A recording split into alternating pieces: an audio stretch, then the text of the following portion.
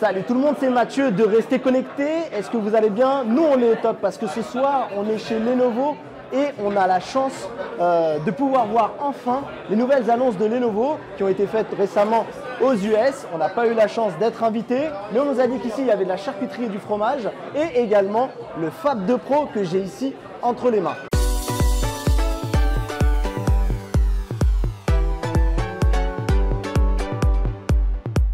Alors le Fab 2 Pro, on en a longuement parlé sur Watch et sur notre émission Le Studio Mobile que vous pouvez retrouver sur la chaîne de Watch sur Dailymotion parce qu'on avait des petits soucis sur YouTube. Mais là, je l'ai enfin en main. On va pouvoir un petit peu regarder la bête. Donc pour rappel, on est sur des spécificités avec un écran de 6,4 pouces en QHD. On a un corps tout en métal vraiment très beau. Hein. On a vraiment sur de la qualité vraiment super. Pour donner un exemple, c'est un peu ce qu'on retrouve chez Huawei, notamment chez la gamme Mate, un petit peu, ça me rappelle pas mal, avec ce fameux dos en métal et ces antennes. Bref, en tout cas, en termes de qualité de fabrication, on est vraiment sur le top du top. Au niveau du Qualcomm, on est sur un Snapdragon 652, un Snapdragon qui est plutôt orienté milieu de gamme plus, c'est-à-dire qu'on aura assez de puissance pour faire tourner plein de choses. On a 4 Go de mémoire vive dessus, donc on regarde un peu ici. Je vous montre un petit peu l'écran aussi parce qu'il était voilà. Comme je le disais, donc on a 4 Go de RAM, 60 Go de stockage. Il faut 60 Go de stockage. Pourquoi? Parce que derrière, on a le projet Tango. Et le projet Tango, c'est cette fameuse caméra, enfin ces caméras plutôt, que Google travaillait sur un projet qui s'appelait Projet Tango.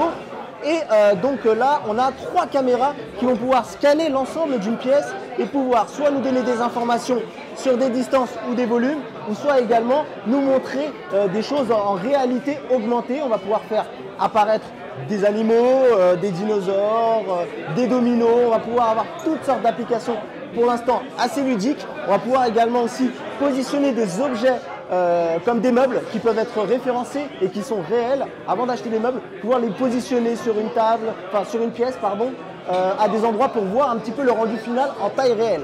Au niveau des capteurs photo, on est sur du 8 mégapixels en avant pour faire de super beaux selfies et à l'arrière, on a du 16 mégapixels avec ces fameux 3 optiques pour le projet Tango. On a quand même le lecteur d'empreintes ici à l'arrière. On a un super beau téléphone, hein, vraiment. On peut regarder un petit peu le design ici. On a des haut-parleurs en dessous.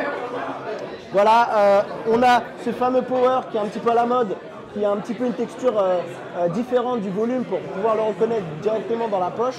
Voilà, on est vraiment sur un produit qu'on a hâte de tester parce que de ce fait, c'est un très beau produit, très bien fini. Mais honnêtement, on a hâte de voir ce que Lenovo, Google et tous les développeurs pourront nous concocter avec le projet Tango. Et rappelez-vous, restez bien abonnés sur notre chaîne parce qu'il faut toujours rester connecté.